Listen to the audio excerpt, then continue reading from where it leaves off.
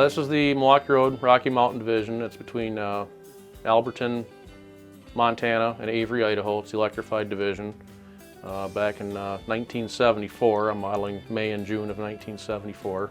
The layout from Avery to Alberton is about 100 miles, and I think I've done a fairly decent job of trying to cram what I can into here without making it look too overwhelming. I've had people down here that actually live out there that come down here and say, well, I know where that is, or hey, that's such and such a place. So I think I've gotten pretty lucky and achieved that goal.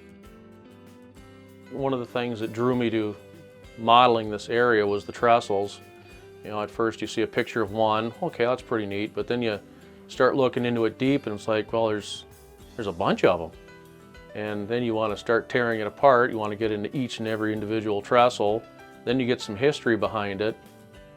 The favorite spots in my layout would definitely be the Loop Creek area in Idaho with all the trestles and the tunnels and of course the trees.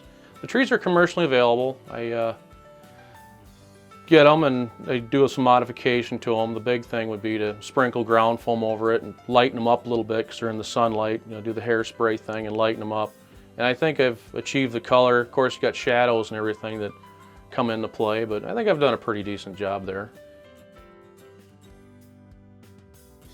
My professional life, I'm a railroad engineer. Work for a short line here in Michigan. And when I run the layout, I try to apply what's going on with what's going on in the engineer's head in that 1/87th scale cab, because I can see what would be going on in real life. So it adds a lot more enjoyment, a lot more prototypical operation, I think. There's times I want to get out of the 1-to-1 scale and dive into the 1/87th scale.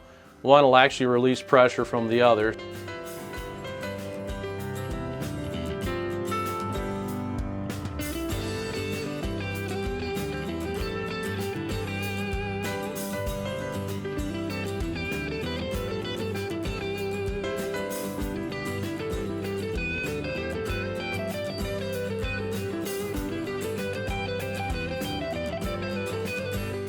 My control systems are NCE, that cordless systems. It's nothing high-tech or anything by any means. Again, that's not really my forte. I have friends come over that will basically hook it up for me. I'm not into the sound system stuff yet. I have dabbled in a little bit of it, but from what I've seen with friends coming over with their equipment, it's definitely on the list. When you're going up or down the hills, and especially through tunnels, you get that reverberating feeling. And yeah, it's on the to-do list for sure. Well, to finish the layout up right now, I'm looking at finishing trees. I want to start tackling the signals. I want to get the signal system operational, and maybe someday actually have an operating session with a dispatcher and actual crews and helper crews and things like that. This is definitely my first layout other than a 4x8 sheet of plywood. It's been a learning experience. I think if I were to do it again, there's definitely things I would change, but for the most part, I'm pretty happy with it. The future, I don't know, we'll worry about that tomorrow.